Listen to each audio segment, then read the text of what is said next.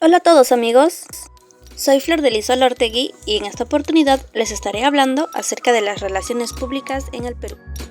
¿No tienes idea de qué es relaciones públicas? Ok, te lo explicaré de manera que puedas entenderlo.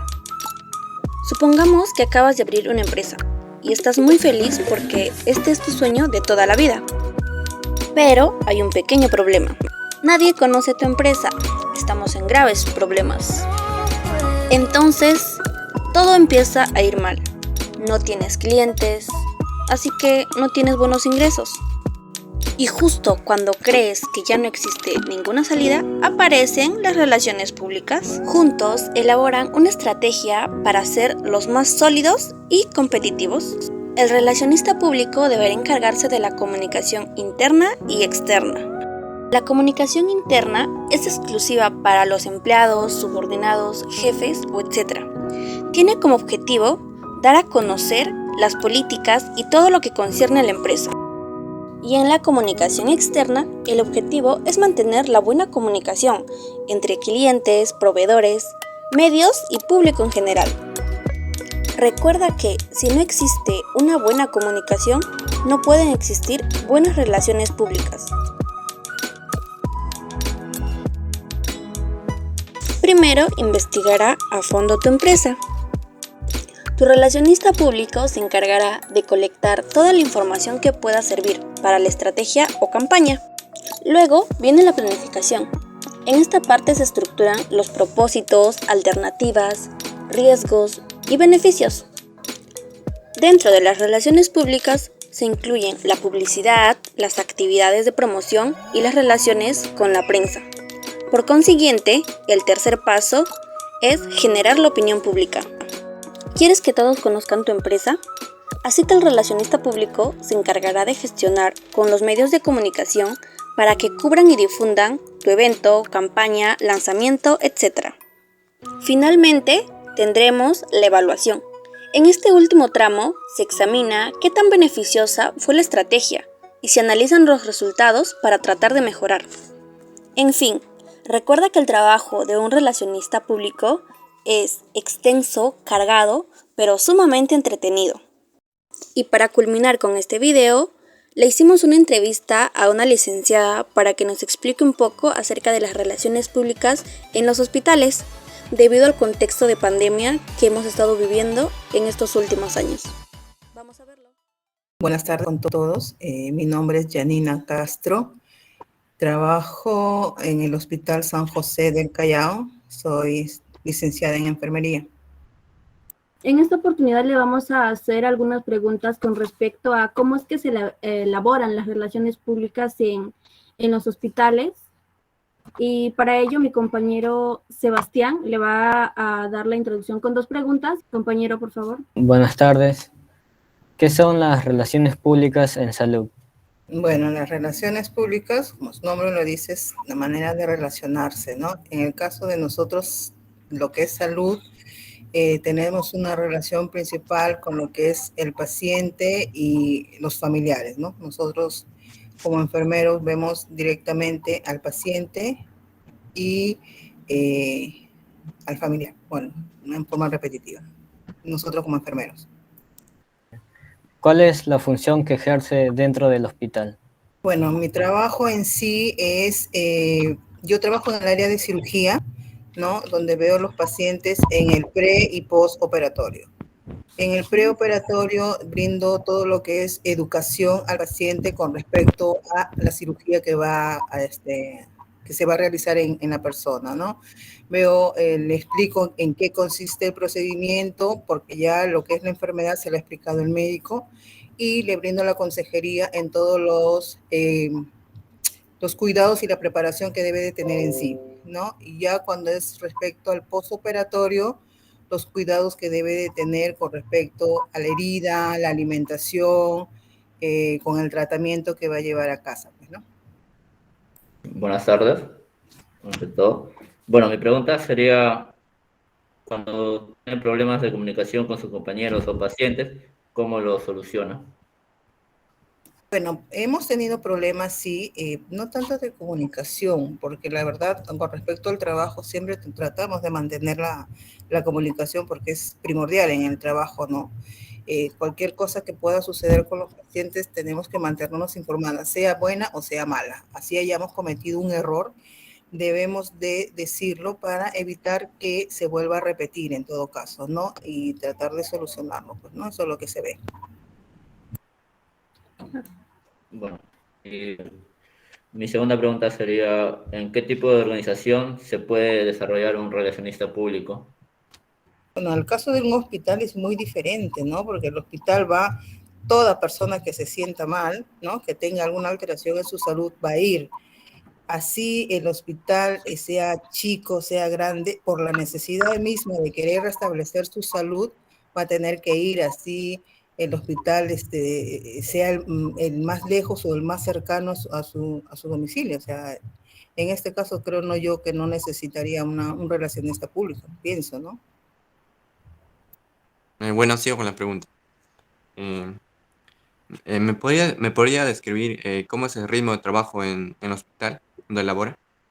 Nosotros empezamos a trabajar, nuestro turno empieza a las 7 de la mañana, pero obviamente tenemos que llegar antes para revisar todos nuestros materiales, ya sea en este caso los equipos de curación y las máquinas que podemos utilizar, que son las bombas de infusión, los electrocardiógrafos, monitores, ¿no?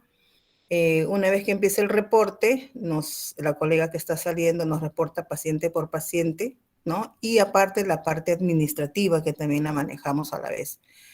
Posterior a ello, se controla las funciones vitales, si es en el día, y se espera la visita del médico donde uno participa con él en, ¿no?, la evaluación del paciente. Bien. Mi siguiente pregunta es, ¿cómo usted ejerce su actividad profesional?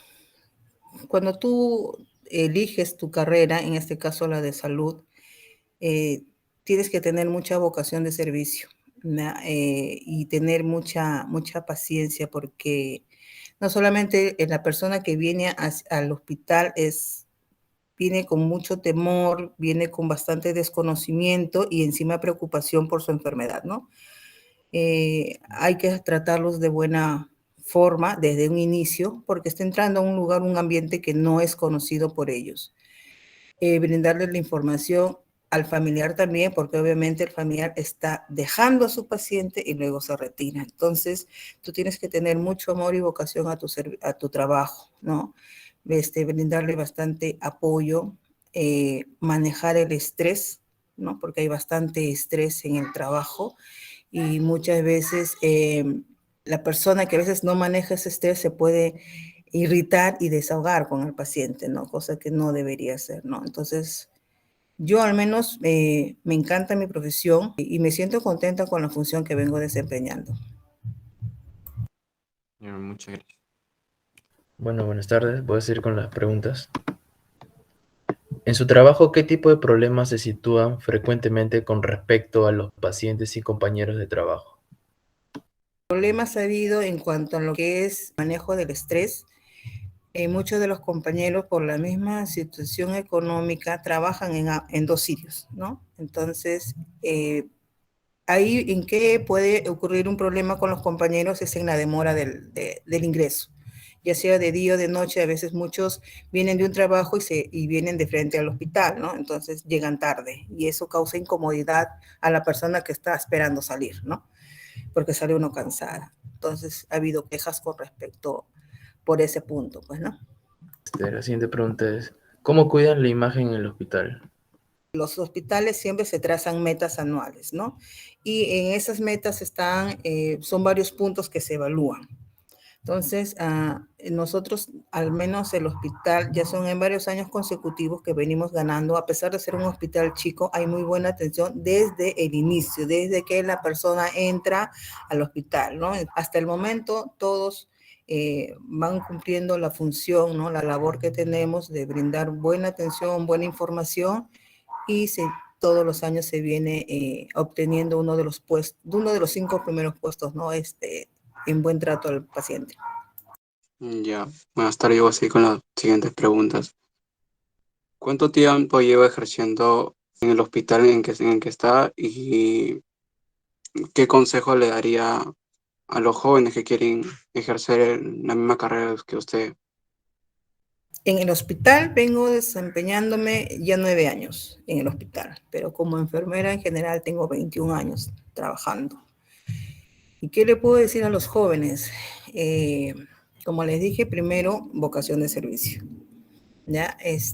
Hay muchos alumnos internos que nos han llegado a nosotros de que ya están casi al finalizar la carrera y cuando tú ya estás en un internado, ya el profesor te deja prácticamente solo porque estás a puertas de salir y hay muchas chicas que no demuestran esa vocación de servicio.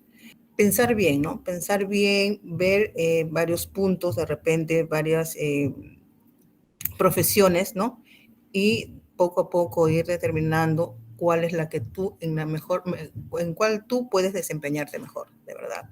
Porque hay muchos que estudian de repente por presión de los padres, porque al padre le gustó, porque la mamá quería que tú seas esto y no. Yo creo que para que tú seas un buen profesional, tiene que ser algo que realmente tú quieras hacerlo, no que los demás te digan o quieran que lo hagas, ¿no? ¿Cómo se lleva usted con sus compañeros de trabajo? ¿Ha tenido problemas ahora último o en el tiempo que lleva ejerciendo? No, la verdad que no. Soy una persona muy sociable, muy comunicativa. Me gusta llevarme bien con todos. Es más, me llevo bien con todos. Tengo buenas amistades y conservo las amistades que he tenido en todos los lugares donde he podido trabajar. Ok, gracias. Entonces estaría finalizando yo. A ver, primeramente, con todo lo que he escuchado, felicitarla porque admiro lo que hace, admiro que en serio esté enamorada de su profesión. Y me gustaría saber así más a lo personal, ¿qué es lo que le inspiró a estudiar esta carrera o a desempeñar esta carrera? A ver, siempre nos falta en la familia algún familiar muy cercano que pueda estar enfermo, ¿no? En este caso, a mí me tocó pasar la enfermedad de mi papá, ¿no? Y cuando él lo hospitalizaron en el hospital Rebagliati, la verdad que se ve casualmente lo que no se debe de hacer, ¿no? Un trato que no es bueno, ¿no? Uno como familiar siempre estás pendiente y estás detrás por buscar una información, porque te digan cómo sigue, cómo amaneció y todo lo demás, ¿no? Entonces, cuando tú vas y no te dan ese trato que tú esperas recibir, ¿no? Entonces, todas esas cosas te van motivando a querer cambiar las cosas, ¿no? Entonces, uno tiene que ponerse siempre en lugar de la otra persona. Y eso a mí me motivó, ¿no? A querer estudiar, a querer cambiar las cosas y poder brindar mi ayuda, mi apoyo a los que en todo caso necesitan, ¿no?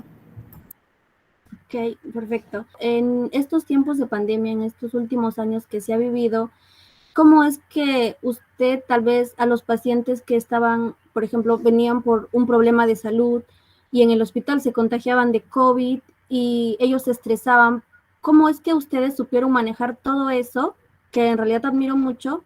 ¿Cómo supieron manejarlo tanto para ustedes mismos como para los pacientes? Al inicio fue bastante difícil porque, bueno, a toda la persona que llegaba se trataba como sospechoso de COVID, ¿no?